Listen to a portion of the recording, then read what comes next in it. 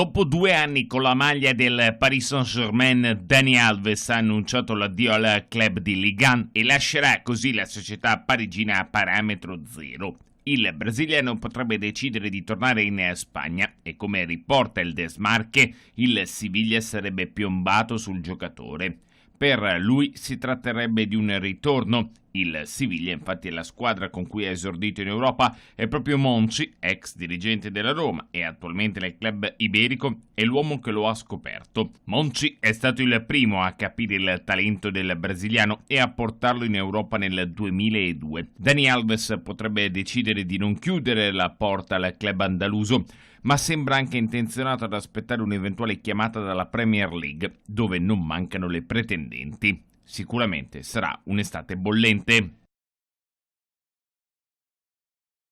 In attesa dell'ufficialità, il Cagliari sta già riflettendo su cosa fare con i soldi che arriveranno dalla cessione di Barella. Il presidente Giulini chiede 50 milioni, una cifra esorbitante per le casse del club rossoblù che serviranno per il mercato ma anche per coprire il monte ingaggi dell'intera squadra. I pensieri primari però sono sicuramente rivolti al mercato. Si sa che Maran vuole un'altra punta di peso da affiancare a Pavoletti e la dirigenza cercherà di accontentarlo. Ma si dovrà pensare anche al centrocampo per colmare il vuoto che si creerà con la cessione del giocatore classe 97. Traoré, ex Empoli, è il candidato principale, mentre gli altri nomi papabili sono Valzania e Rog. In attesa quindi dell'ufficialità della cessione, presumibilmente all'Inter, anche se negli ultimi giorni la Roma avrebbe presentato un'offerta irrinunciabile per il Cagliari di 30 milioni più i cartellini di De Frel e Luca Pellegrini, la squadra sarda pensa alla prossima stagione per puntare a una salvezza sicura e magari anche qualcosa di più.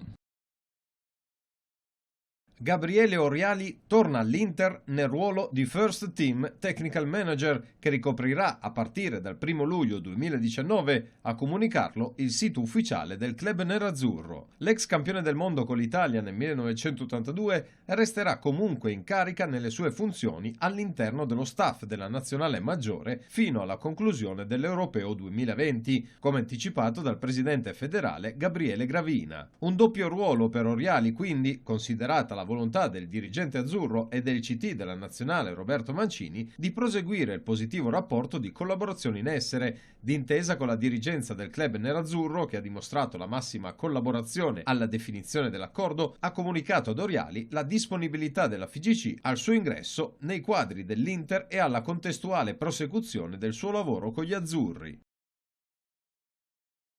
La Power Volley Milano ha ufficializzato Roberto Piazza come nuovo allenatore. Nella splendida cornice della nuova sede della società meneghina, il coach ed il presidente Fusaro hanno avuto modo di esternare le loro emozioni per questa nuova avventura. Che sensazioni prova? Meravigliose, sono indescrivibili per oggi perché sono tornato a casa, tra virgolette, una terza casa ma comunque casa. Dopo Parma e dopo Treviso, di sicuro due ambienti dove tutti hanno lavorato per raggiungere un granellino e cercare di scalare le classifiche. Questa Milano mi sembra che sia una casa molto particolare, è una casa che è ritornata ad essere casa all'interno della città, a 2 passi da San Siro, è una città e Milano è una delle capitali mondiali per quanto riguarda l'industria, per quanto riguarda lo show business, per quanto riguarda tutto quello che gira, che ruota intorno alla moda, per cui credo ci sia spazio per tutti.